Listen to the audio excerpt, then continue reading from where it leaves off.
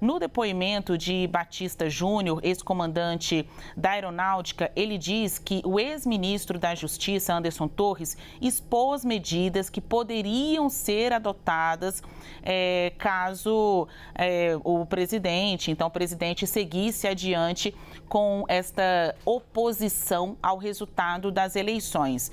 Isso aqui no depoimento, o ex-comandante da Aeronáutica e também o ex-comandante do Exército dizem que sempre se colocaram contra esta ideia golpista, esta ideia de desfazer o resultado das eleições de 22 e que seria impossível. Não é que dificilmente, mas que não haveria homens do Exército, homens das Forças Armadas, de modo geral, nas ruas para militar por isso, porque os seus comandantes, nessa época, eles eram os comandantes, não dariam esta determinação. Outro ponto importante de análise que a gente tira aqui destas oitivas, Muriel, Pedro e Theo Cury, é de que vários alertas foram feitos ao ex-presidente Jair Bolsonaro. Ele sabia que estava fazendo uma coisa, uma vez confirmada essa versão, sabia que estava fazendo algo errado e criminoso. Destoa muito do discurso que ele fez em praça pública naquela manifestação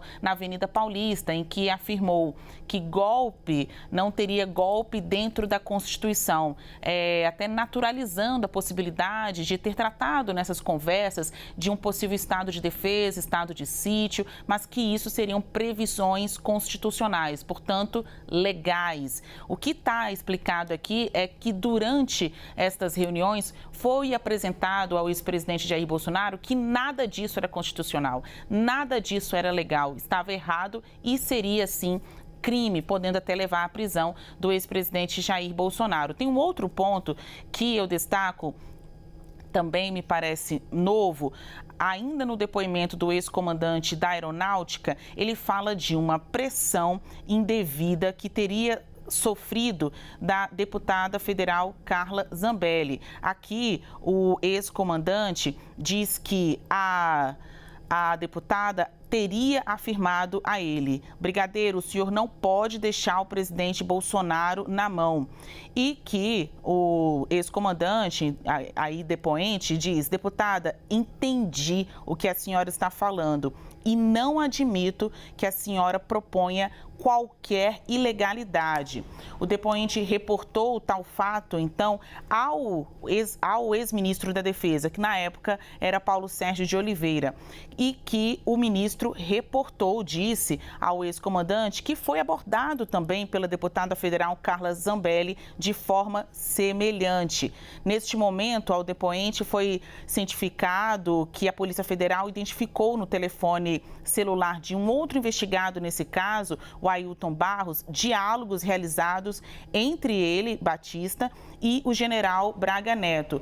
Tem aqui um conjunto, de perguntas e respostas para compreender quem está mentindo e quem está falando a verdade nestas investigações. Não é só falar, acusar, apontar o dedo.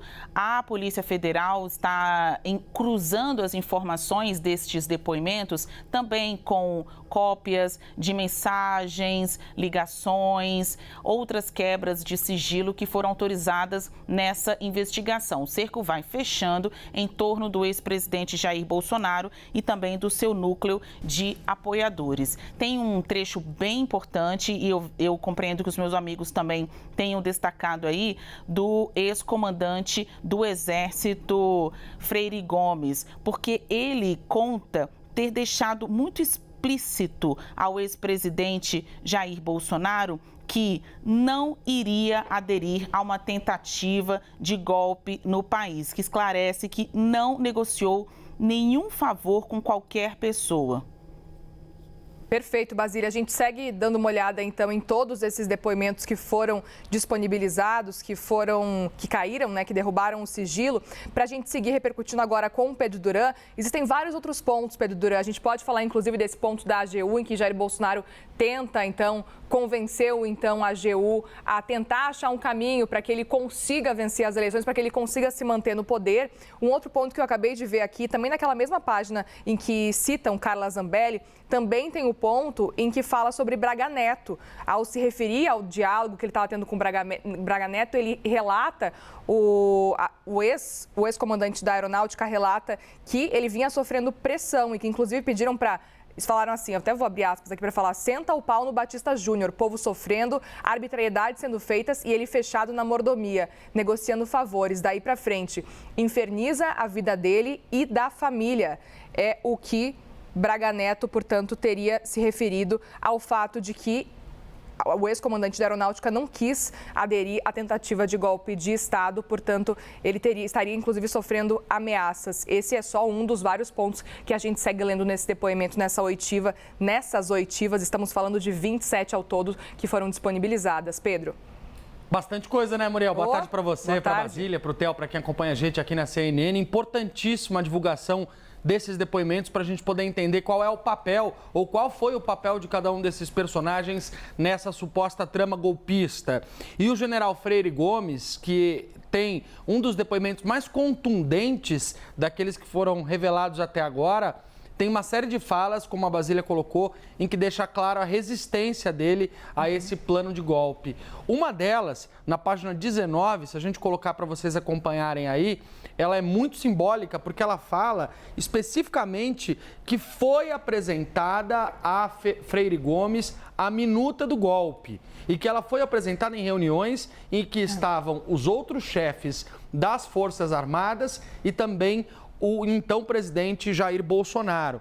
Ele diz nesse trecho aí que foi perguntado se o conteúdo apresentado foi numa reunião no dia 7 de dezembro de 2022 e ele diz que sim, que naquela reunião possivelmente Felipe Martins leu o relatório, vamos voltar ao trechinho lá só para eu poder pegar ele exatamente aqui, porque são dois trechos muito semelhantes, porque ele fala do golpe, dessa minuta do golpe em dois momentos. O trecho da página 19, que é o trecho que eu estava dizendo, é o trecho em que ele fala aí, ó.